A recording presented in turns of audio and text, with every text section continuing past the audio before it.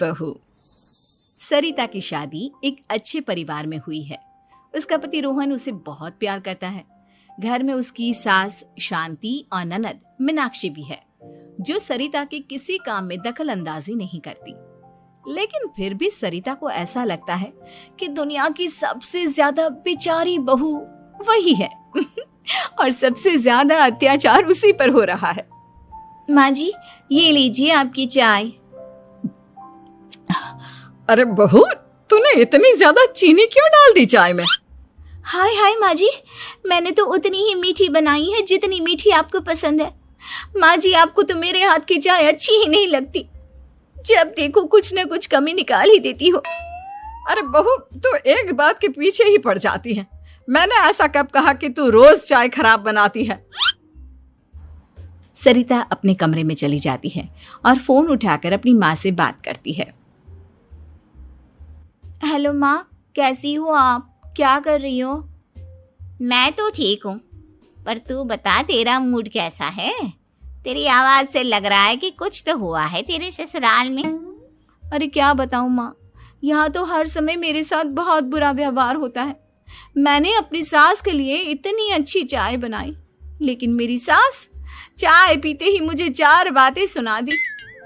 बेटी, तू इतनी छोटी छोटी बातों पर ध्यान ही क्यों देती हो? तुम्हारी सास ने कुछ बोल भी दिया तो क्या हो गया, वो बड़ी है ना तुझसे। माँ ने इतना समझाया, लेकिन इस बात का सरिता पर कोई असर नहीं हुआ। अपनी बेचारी बहू की छवि वो बदलना ही नहीं चाहती। अगली सुबह सब नाश्ते की टेबल पर बैठकर नाश्ता कर रहे थे, तभी सरिता ने अपने पति से कहा, सुनिए जी, मुझे ना आज बाजार से कुछ सामान लेकर आना है। आज आप ऑफिस से आने के बाद मुझे लेकर चलना ना। भाभी, मुझे भी कुछ किताबें खरीदनी है।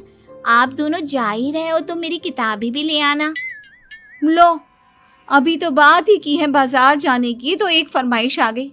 माँ जी, आप भी बता दो कुछ, और हाँ, मोहल्ले वालों से भी बोल दो अगर वो कुछ मंगवाना चाहते हो तो।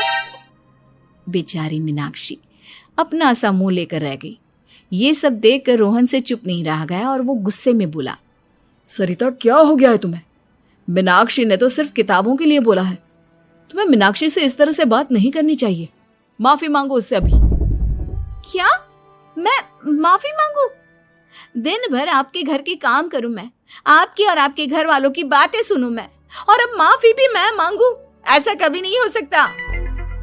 ये बोलकर सरिता वहां से चली जाती है। एक दिन उनकी पड़ोसन घर आती है। अरे सरिता, क्या कर रही है? और क्या करूंगी भाभी जी, बस घर का काम ही कर रही हूँ। आप बताओ कैसे आना हुआ? अरे मैं तो तुम्हारा हालचाल पूछने आई थी, लेकिन तुम तो बिजी लग रही हो। कोई बात नहीं, मैं बाद में आ जाऊंगी। और क्या करूं भाभी जी, जब से शादी होकर आई हूँ ना, बस काम ही कर रही हूँ। और इस घर में ना कोई मेरी कदर नहीं करता। पति है जो बस घर से ऑफिस, ऑफिस से घर। ननद को तो कॉलेज से फुर्सत नहीं। बची सास तो उनका सारा समय मेरी गलतियां निकालने में लग जाता है। अरे ये क्या कह रही हो सरिता? तुम्हारी सास तो पूरे मोहल्ले में तुम्हारी तारीफ करती फिरती है कि तुम बहुत अच्छी हो, पूरा घर तुम्ही ने संभाल रखा है। हाँ तो क्या हुआ, इसमें गलत क्या कहती है? सच्ची तो कहती है। मेरी मर्जी के बिना इस घर का पत्ता भी नहीं हिलता। शाम को जब रोहन घर आया तो उसने सबसे कहा, कल हम सबको मौसी जी के घर जाना है। उनकी बेटी की शादी है। सब अपनी अपनी पैकिंग कर लो, सुबह होते ही निकल जाएंगे। और सरिता, तुम कान खोलकर सुन लो, वहां जाकर किसी की बुराई भलाई शुरू मत कर देना, नहीं तो मुझसे बुरा कोई नहीं होगा। हाय हाय जी, आप तो ऐसे कह रहे हो जैसे मैं सुबह शाम सबकी बुराई करती फिरती हूँ। आज तक कोई कह नहीं सकता कि मैंने किसी की पीठ पीछे किसी के बारे में कोई बुरी बात बोली हो तो। अरे बस बहू, बात को और ज्यादा आगे मत बढ़ा। हमें सब पता है तू हमारे साथ क्या व्यवहार करती है। ये बात घर तक रखना, शादी में किसी को कुछ मत बोलना, नहीं तो सब कहेंगे कि शांति की बहू कितना बोलती है। हाँ हाँ, सब कुछ तो मैं ही बोलती हूँ ना। आप लोग तो हर समय फूलों की बारिश करते रहते हो मेरे ऊपर। सारी गलती मेरी है जो मैं इस घर में आई, सबका कितना ध्यान रखती हूँ, लेकिन फिर भी मेरी तो आप लोगों की नजर में कोई कदर ही नहीं है। अगली सुबह सब लोग मौसी जी के घर पर चले जाते हैं। वहां पर शादी का माहौल होता है, सब जगह चहल पहल होती है, बहुत सारे मेहमान आए हैं। सरिता को वहां बहुत अच्छा लग रहा है। वो अपने मन में सोचती है, यहाँ कितना अच्छा लग रहा है, कितनी रौनक है। मैं यहाँ किसी से ज्यादा बात नहीं करूंगी। अगर मेरे मुंह से कुछ ऐसा वैसा निकल गया तो रोहन जी तो मुझसे गुस्सा हो जाएंगी। सरिता ये सब सोच ही रही थी कि वहां रोहन की कजिन साक्षी आ गई और सरिता से बोली, आप सरिता भाभी हो ना? जितना आपके बारे में सुना था आप तो उससे भी ज्यादा सुंदर हो। हाँ वो तो है, मेरी सुंदरता की तारीफ सब करते हैं। मेरे मायके में तो सब यही बोलते हैं कि रोहन जी की किस्मत बहुत अच्छी है जिन्हें मैं मिली। लेकिन आप कौन है? मैंने आपको पहचाना नहीं। मैं रोहन भैया की कजिन हूँ। आपकी शादी पर नहीं आ पाई थी ना, इसलिए आप मुझसे मिली नहीं कभी। शांति मौसी और मीनाक्षी आपकी बहुत तारीफ करते हैं। क्या कहा तुमने? मेरी तारीफ? कभी नहीं। मेरे ससुराल वाले कभी मेरी तारीफ कर ही नहीं सकते। मैं इतनी अच्छी हूँ, मेहनती हूँ, लेकिन उन्हें तो मेरी कदर ही नहीं। सारा दिन घर का काम करती हूँ, फिर भी मेरी सास ना मुझे सुनाती रहती है और पति भी मेरी सास की साइड लेते हैं। ना कभी बाहर ले जाते हैं ना कहीं घुमाने।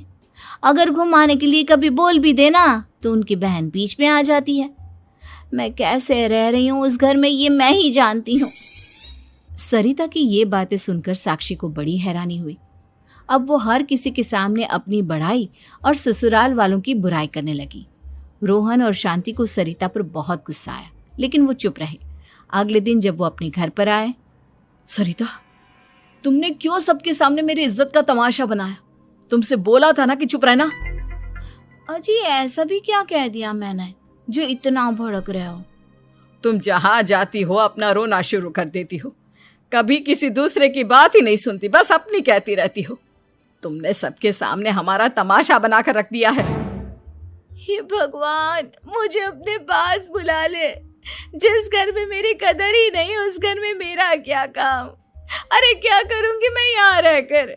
जो भी आता है मुझे सुनाकर चला जाता है। मैं तो किसी से कुछ नहीं कहती। सीधी सादी बहू मिल गई है ना सबको, तो जो जी में आए वो करो। सरिता ने अपने आगे किसी को कुछ बोलने ही नहीं दिया और उस दिन भी उसने सबके सामने खुद को बेचारी बना ही दिया। अगले दिन मीनाक्षी कॉलेज के लिए लेट हो रही थी, इसलिए वो हर काम जल्दी जल्दी कर रही थी। अपना नाश्ता लेने किचन में गई और पतीले में रखे गरम दूध को गिलास में डालने लगी। दूध का पतीला उसके हाथ से छूट गया और गरम गरम दूध उसके हाथ पर गिर गया। ओए माँ, हाय मेरा हाथ, माँ मेरा हाथ जल गया। मीनाक्षी की आवाज सुनकर सरिता दौड़ती हुई आई। ये क्या किया तुमने?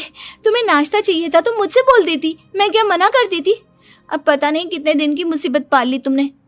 सरिता मीनाक्षी को उसके कमरे में ले गई और उसका बहुत ख्याल रखा।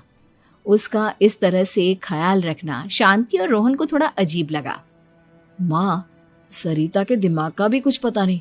कल शादी में सबको इतना कुछ बोल कर आई है हमारे बारे में, और अब मीनाक्षी की कितनी अच्छी देखभाल कर रही है। ये ऐसा क्यों करती है? बेटा, तेरी बीवी की ना आदत हो गई है सबके सामने खुद को बेचारी दिखाने की, और आदत इतनी जल्दी नहीं बदलती। जब ये बोलना शुरू करती है तो रुकने का नाम ही नहीं लेती, इसलिए इसे पता ही नहीं चलता कि ये किसके सामने क्या बोली जा रही है। लेकिन दिल की बहुत अच्छी है। हमें भी अपना दिल बड़ा करके ये जैसी है इसे स्वीकार करना चाहिए।